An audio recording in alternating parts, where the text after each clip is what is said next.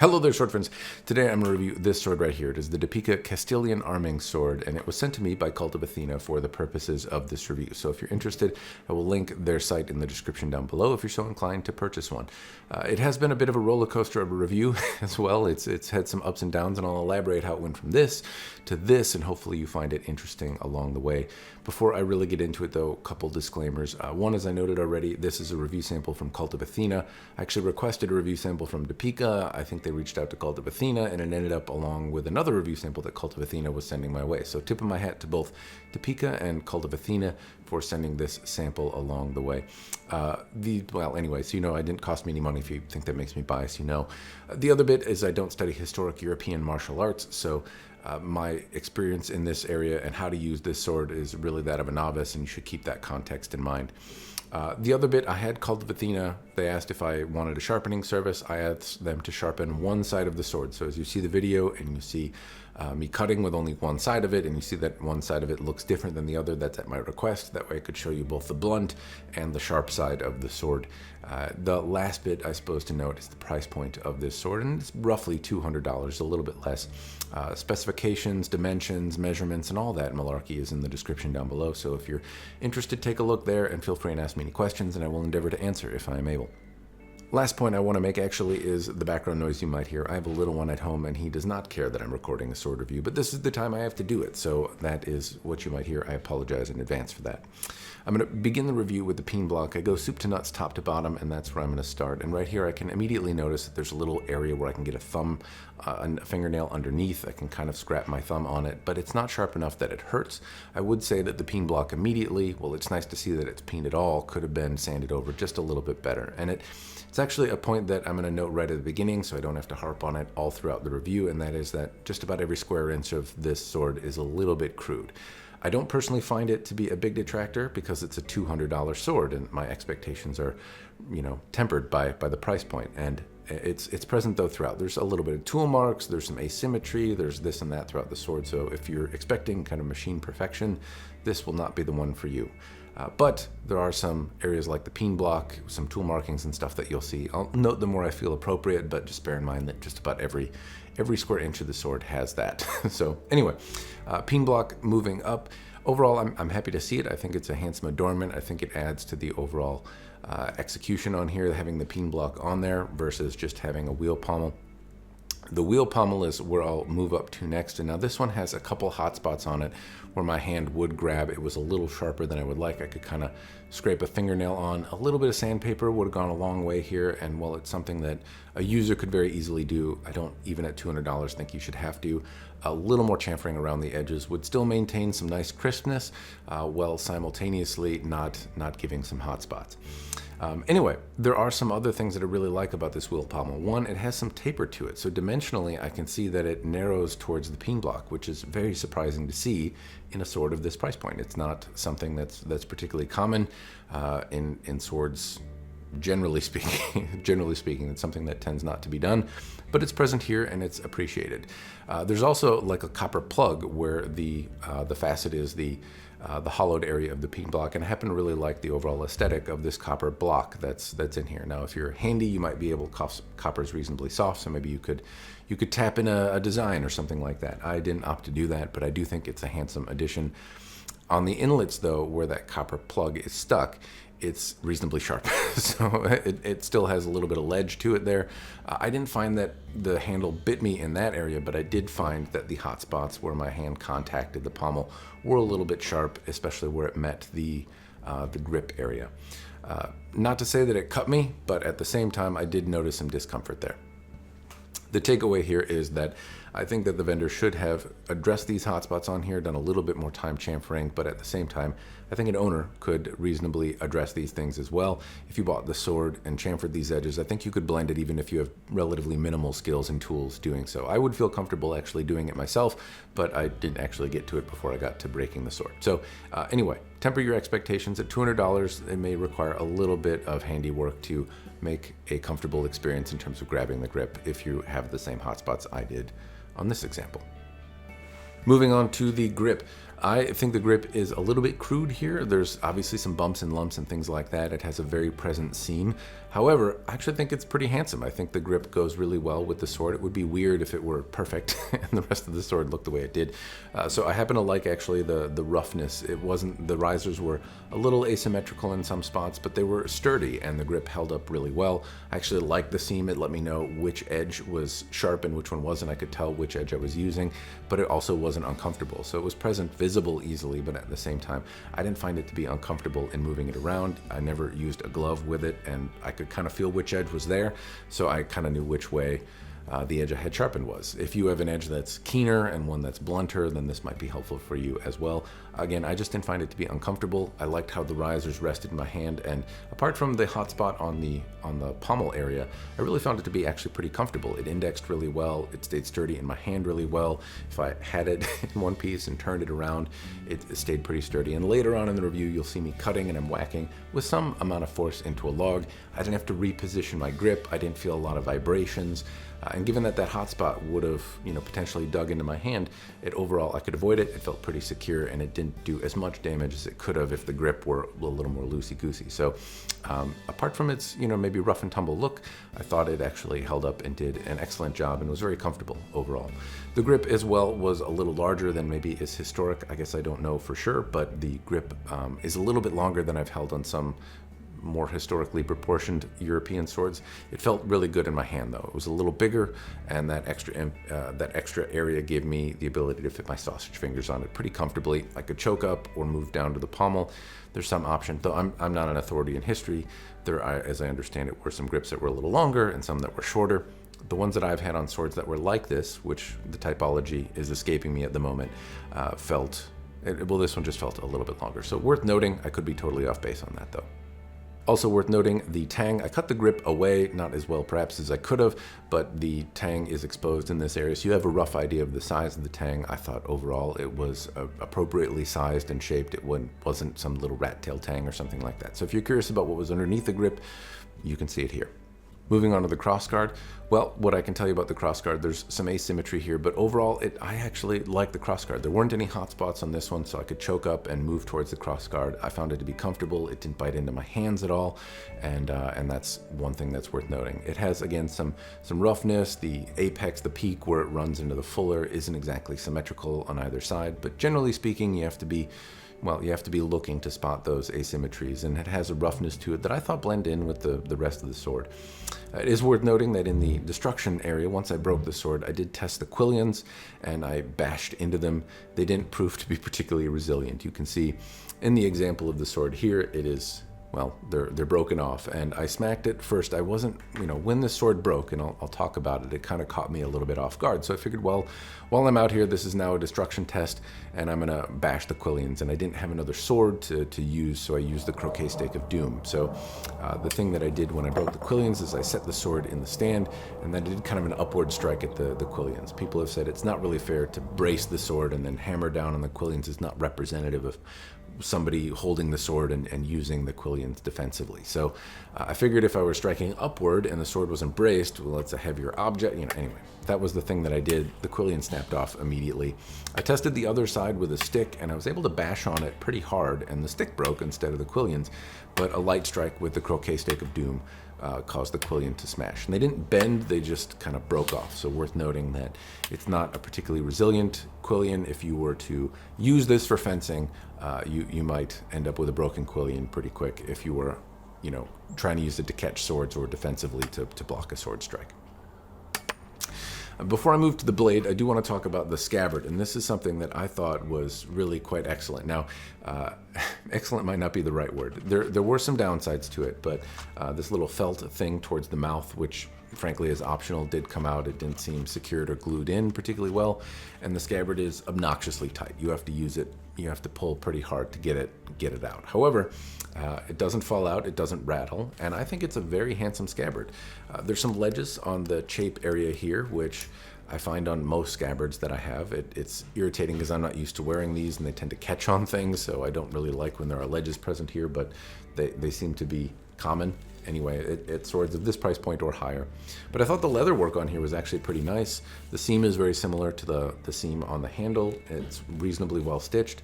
I like the appearance of the leather. The leather's got a shine, and the belts that are included here seem to be of a reasonable quality given the price point. This is not the same kind of cheap, easy to tear apart leather that I see on a lot of products in the $200 price point. My hand can't push the leather around. It's nicer than the scabbards that I've seen from Windlass, and it has other little adornments like the metal pieces around the buckle and towards the end of the belt here. They're not sharp, they don't cut me, they're chamfered well. I wish that the same chamfering or the same attention to not being sharp was given on the pommel. They have rivets that fit really well, and overall this was a very handsome scabbard. I really like how it fit. Anyway, it could have been a little bit looser. That was really the thing that kept it from being excellent, is that I had to kind of fight it to draw it. Maybe that's something to do with the temperature change or humidity, it's tough to say. But anyway, I really like the overall look of this scabbard. I was just very surprised to see something of this caliber with a sword for $200. I thought it was pretty nice. Anyway, the scabbard, apart from being a little rough to draw, I thought it fit well. The belt sizes were, flexible, but one of them fit me. If you're much skinnier than me, you might have to make your own holes in it, but there's plenty of space to do that. I thought, anyway, the scabbard was very, very handsome given the price point. It was the biggest surprise, I think. Well, that's not actually fair to say. There was another surprise, and it comes in the dynamics of the sword, and I'll talk about that after I talk about the blade, which is what I'm going to do now. Pointy, stabby part. So, blade, what you can see, there's a fuller that runs about a third or a quarter of the way up the blade. I put dimensions and specifications and weapon dynamics and stuff in the description down below. It doesn't have any distal taper, which, as I understand, is hard to do and costly, but it does have a lot of profile taper, and the blade nodes seem to be about in the spot that I would want them, though that's touching on dynamics, which I'll do in a moment. So focusing a little bit more on the actual pointy, stabby part, the fuller, again, runs up about a third of the blade. The profile, the lines, the planes of the blade, I should say, waver quite a bit. They're all over the place. You can see a really handmade-y hammerness to it, if you will. But at least the terminations of the fuller are in approximately the same place. The center ridge does waver quite a bit, as do some of the lines, but the blade is still straight and easy to index and easy to get the point where you want it to be. The thicker bevel, the thicker ledge that wasn't sharpened by Kult of Athena is also very thick. So if you're thinking about sharpening it yourself, there's quite a bit of work to do here. If you were going to use it for non-dull stuff as a prop, then it is also really quite dull. It's not quasi-sharp like an Iaito might be.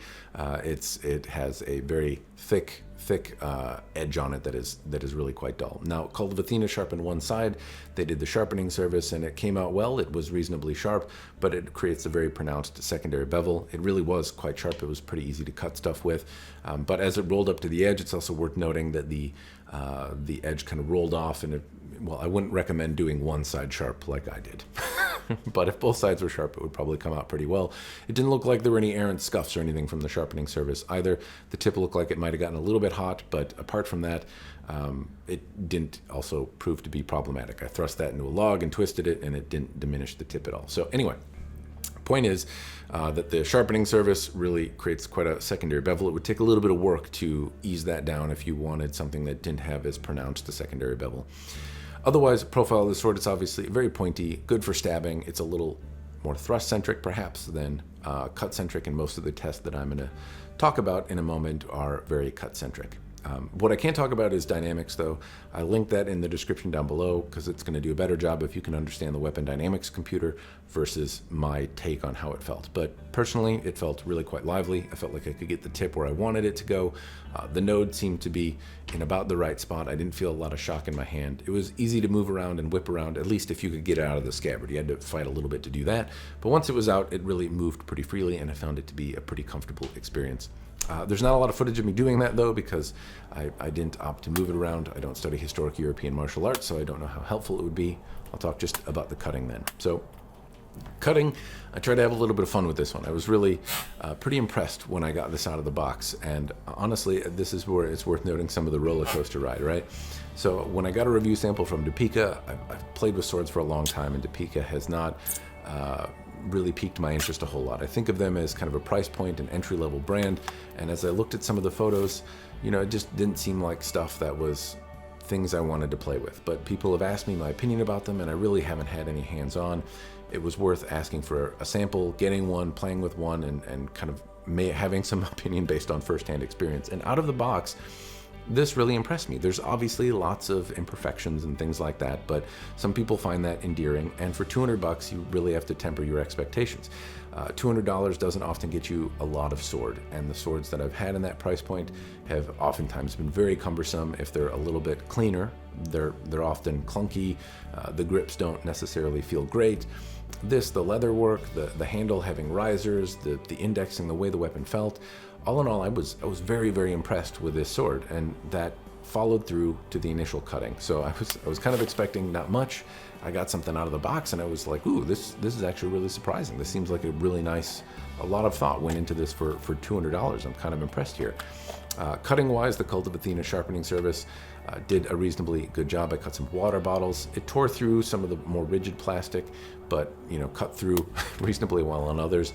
I took a plastic, a soda bottle that was shaken up just because they're fun to cut, I guess. I went to the dollar store and got some targets that were fun. So I cut that. It cut through a pool noodle. It was a little terry, not as precise, but the sharp edge popped the pool noodles apart. And I'm not familiar with using swords of this type, and I'm getting a feel for it, and it really sang through the noodle. So even though it's got a more obtuse angle on the edge, it still was sufficient to pop the noodles apart. Thrusting was also pretty easy. I don't study usually in Japanese style swordsmanship. There's not a huge amount of thrusts, so I do a lot more cuts than I do thrusts, but I found that the tip was easy to get where I wanted it to go, and it was very pokey. It went through pool noodles and the simple things that I tested quite well. Doing some more fun stuff, I moved on to like a bag of flour. I was expecting it to be more spectacular than it was. That wasn't necessarily so fun, but I also cut a shaving cream can. Got some more of them. I smacked the shaving cream can, and really very little edge damage was present. There was the most minor little bit of glinting, I suppose, where it lost the keenest part of the edge, but not really, and it is a steel can, so it actually held up really well through all of those kinds of tests. And so that's really like the stuff it should do. I didn't have any tatami to spare on this one, so I didn't cut any of that. But pool noodles, cans and stuff like that, it cut all those well, didn't damage the sword. I didn't feel any rattles or any issues. And on the steel can, very minor issues were present, but overall I thought it held up to that basic level stuff just fine, and really, really quite impressively. Well, not necessarily impressively, it wasn't the greatest cutter, but it didn't damage itself, it didn't bend.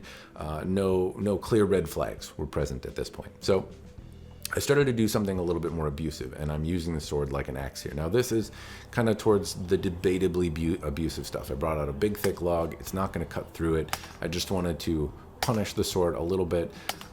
You shouldn't do this. This is certainly abusive in the sense that your sword should not come out of it necessarily unscathed. Dulling the edge would be appropriate for using it like an axe. Bending the sword or twisting it would be appropriate for smacking it into a log repeatedly with some force. All that stuff is appropriate. Some rattling on the fittings, especially after repeated percussive abuse kind of stuff, that would be appropriate. But that's not what happened. So I was hitting the log, and I was not expecting it to break. I did some thrusting into the log incidentally as well, and twisted. The edge and tip held up well. It didn't break off. It didn't fold the edge over on the very top of the point of the tip. So overall, it was doing pretty well, and just really wasn't expecting it to break. And that's when it did. I was smacking the log and the tip broke off. So that was pretty much the end of the sword. At this point, the test turned into a destruction test. I was kind of thinking it would go further, but it didn't. I have some view of the cross section here, and the grain structure of the steel appears quite coarse. Anyway, just wasn't expecting it to break. It didn't break particularly spectacularly. The edge came off towards the top. I didn't notice any black spots or anything that indicated that there was a crack or something like that. It just appears that it was a little bit more brittle. So the edge held up maybe better than it would have if it were tempered a little bit softer. But it seems like some work needs to be done on the heat treatment to make it a little bit more resilient. So anyway, that's when I tested the quillions. I stuck it in the stand and I smacked the quillions. They came off reasonably easily. They should bend. They should not crack off like that. And if you were again using this defensively, I think that the quillions might crack. So that was the testing. Hopefully that was helpful. It did stand up to some usage. Cutting water bottles and things like that seemed to be just fine. Cutting the steel can was fine. but abusing it kind of right when I got into the debatably abusive territory. Some people don't consider smacking wood to be abusive, but some people also expect a sword to cut through a tank and it to, go unscathed. So if you're cutting wood, then you might need to sharpen it. You might need to straighten it. But in this case, it just simply cracked. So anyway, that's what happened with the testing. Hopefully that much is useful to you. You can be the judge of if that's acceptable or not for $200. And that, I suppose, brings us to the part, do I personally think it's okay for $200? Would I say it's worth it? Well, as I noted, it was a roller coaster ride. I didn't expect much. I opened the box and was pretty impressed. The cutting worked better than I expected it to, with a big wide edge bevel on it, and then it broke in a way that I really wasn't expecting it to. So I was a little bit let down on that. No would be the answer. This is sold as a battle-ready sword, and to me, if it had dulled, if it had twisted, if it had taken maybe more damage in the debatably abusive part and been a little more soft, a little more flexible, not held in edges well, I still would have probably leaned towards yes. But in this case, breaking off as a battle-ready sword is not okay. This is also just the one example that I have. I don't know if I got a dud. This is the one that I got to review. It's possible that others are more resilient than this one is.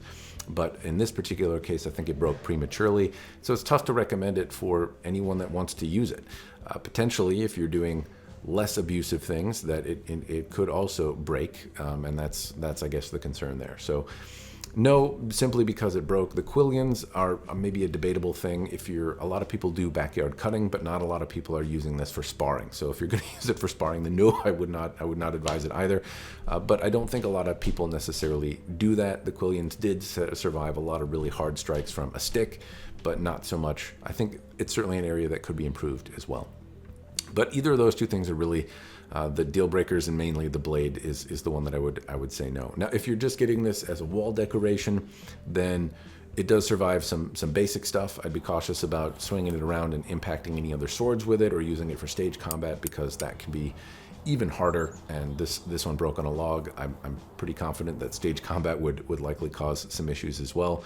But again, as a wall decoration, as a prop for a Renaissance festival where you're not impacting things, I thought it was a very handsome sword, very cool looking.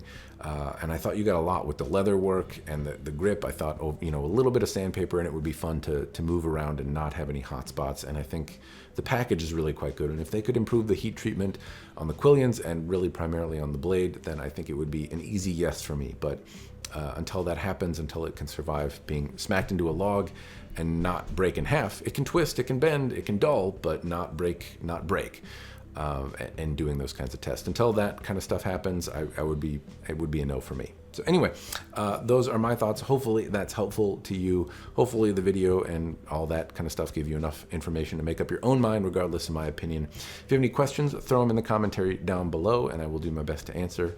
Again, special thanks to Kult of Athena and Deepeeka for sending me the sample. I really enjoyed the look. It was fun to actually see and play with, and the roller coaster ride was still, even though it ended a little bit in a disappointment, I still had a lot of fun playing with it. It was still a pretty fun sword for me to check out. So thank you to both of those folks. Again, link in the description down below if you're keen on getting one yourself. That's all I've got, though. Cheers. Thanks for watching.